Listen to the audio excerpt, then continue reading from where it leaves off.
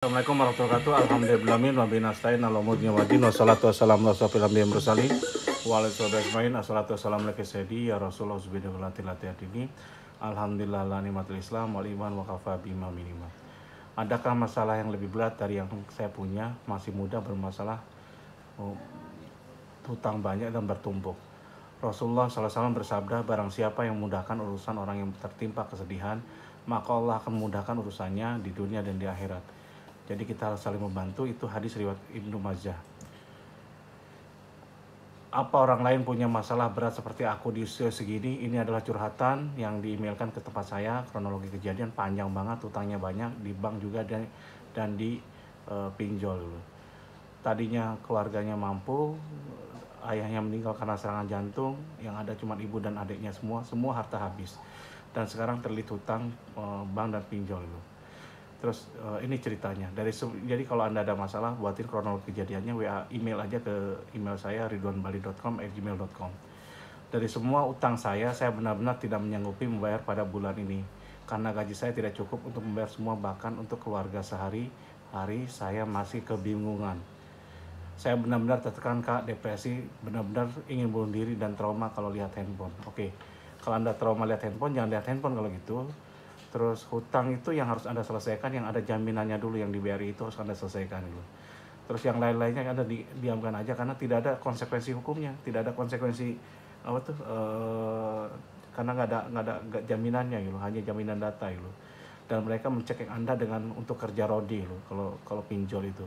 Maka yang harus Anda lakukan adalah buat surat ke mereka semua, WA aja atau surat.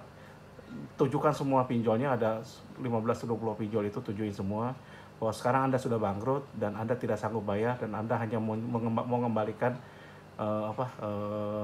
pokoknya dikurangi dengan uang yang sudah Anda bayarkan gitu. Kalau setuju silakan email ke nomor email Anda buat email baru, email khusus untuk menyelesaikan itu. Kalau tidak berarti saya selesaikan nanti aja gitu. Saya hanya menyelesaikan yang mau email saya dan mau memberikan keringanan saja. Dan saya akan sulit dihubungi karena apa? Karena saya ketika ada dana saya akan lunasi satu persatu. Itu aja gitu. Jadi seperti itu Anda buatkan, kirim ke semua, ditembusin aja ke mereka semua gitu. Jadi bukan satu-satu, semuanya disebutin hutang di sini berapa, seperti itu gitu. Dan udah bayar berapa gitu. Oke, saya terusin ya. Jadi Pak, aku saat ini sedang berusaha membayar hutangku walaupun mati-matian banget dan dalam kondisi yang tertekan. Jika tidak mampu, penuhi dulu kebutuhan Anda, kebutuhan ibu Anda dan anak Anda, kebutuhan makan dan juga kos-kosannya Anda, kontrakannya. Setelah kebutuhannya ini dan Anda hidup hemat, udah gitu sisihkan sedikit-sedikit dulu. Mana yang mau diselesaikan baru ini. Terus handphone Anda, jangan dilihat handphonenya karena itu ditekan gitu. Bagi Anda yang masih pemula-pemula gitu, ditekan itu bukan Anda tidak komitmen ya. Kan saya harus komitmen gitu. Dia handphone saya angkat ya. Kalau dia handphone diangkat, Anda maki-maki ngapain gitu. Tidak menyelesaikan masalah, Anda dimaki-maki gitu. Membuat Anda tertekan jadi sapi perahan aja gitu.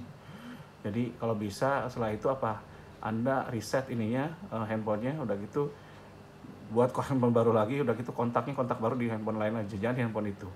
Udah gitu juga jangan main sosmed lagi gitu kalau bisa. Kalau mau sosmed pakai nama lain di handphone yang lain gitu.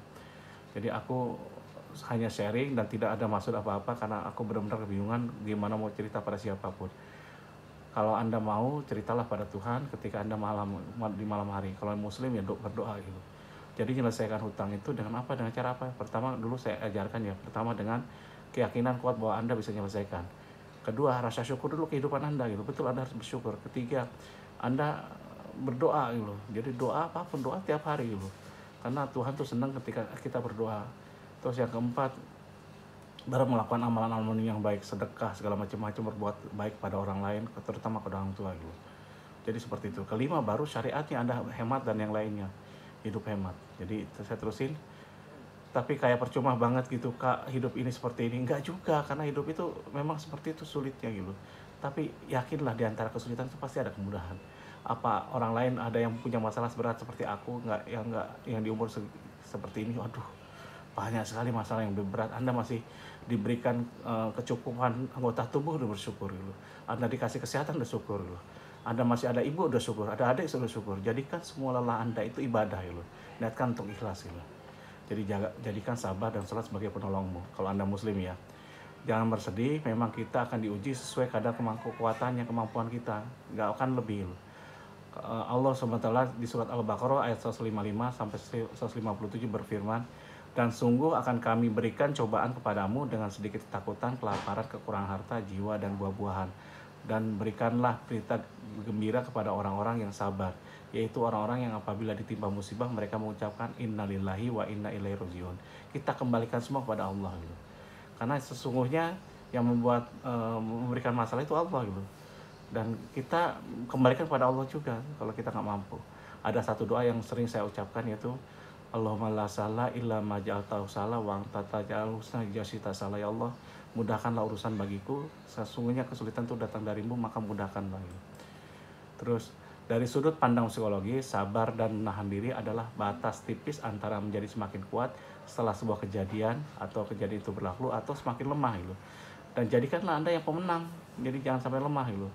Orang yang hanya hidup dalam kemudahan dan tidak pernah menderita, tidak pernah diuji oleh berbagai permasalahan, saat dijauhkan dari satu fasilitas yang dimilikinya, ia tidak akan mampu menahan beratnya kesulitan hidup dan tidak akan mampu melaksanakan kewajiban manusia, bahkan yang paling sederhana sekalipun.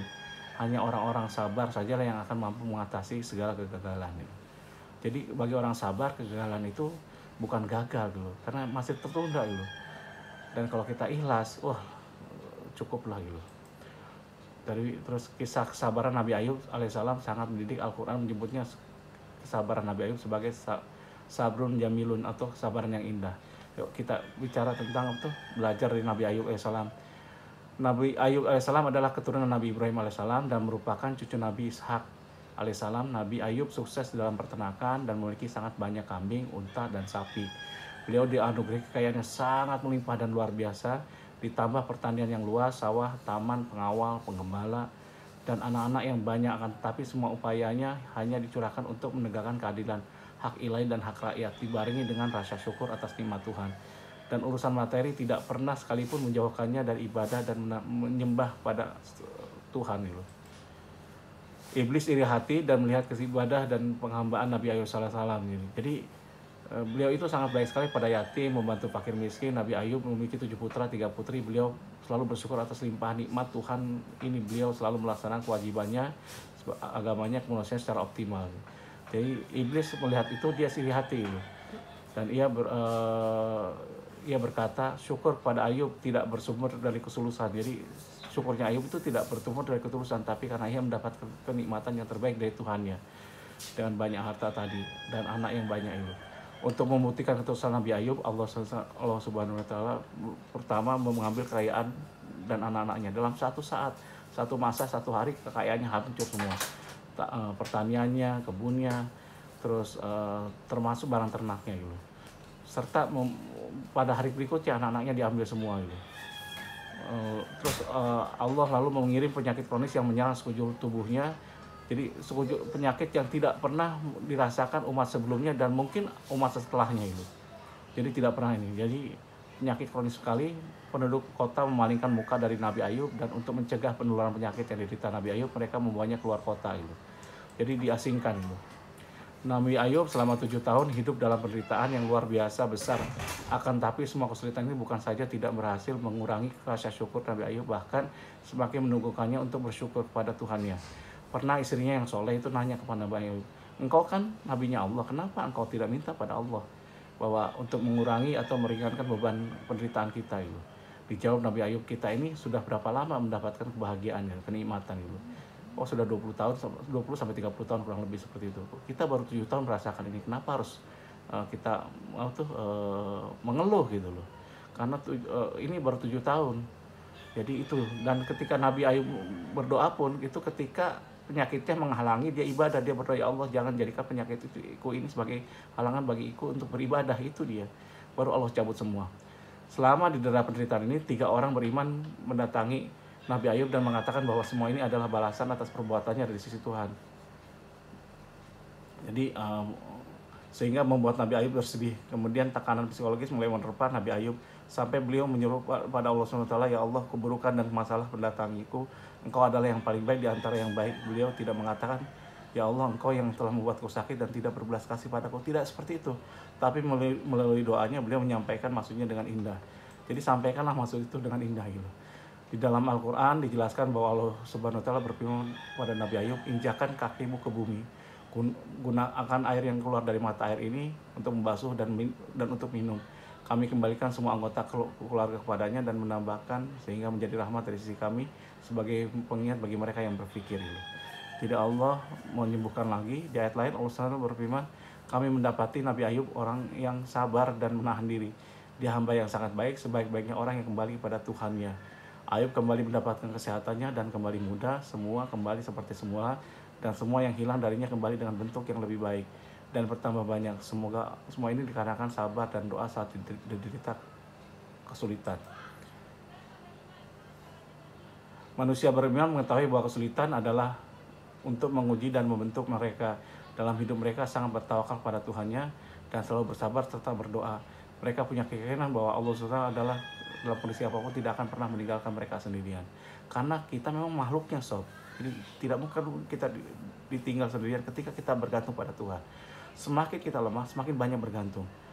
Benar, sabar adalah tanda tekad kuat seorang manusia. Sabar mencegah manusia dari kekalahan dan perbuatan menyimpang. Imam Ali alaihissalam berkata, kedudukan sabar bagi iman itu seperti kepala bagi tubuh. Tidak ada kebaikan bagi tubuh tanpa kepala. Begitu juga tidak ada kebaikan bagi keimanan tanpa sabar.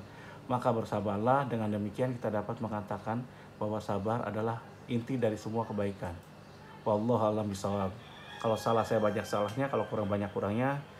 Di sini kalau Anda mau ini silakan aja WA ke saya, mau gabung SKDA 0815575004 kali. Sadar Kaya Dunia Akhirat. Jadi kalau Anda mau pendampingan, mau curhat segala macam-macam, email ke saya ridwanbali.com@gmail.com. Mau join WA SKDA admin WA RSC pendampingan RSC WA admin 0819 4343 1405. Bila kedatangan masalah, Nabi SAW mengerjakan sholat. Jadi ini kita sholat dulu.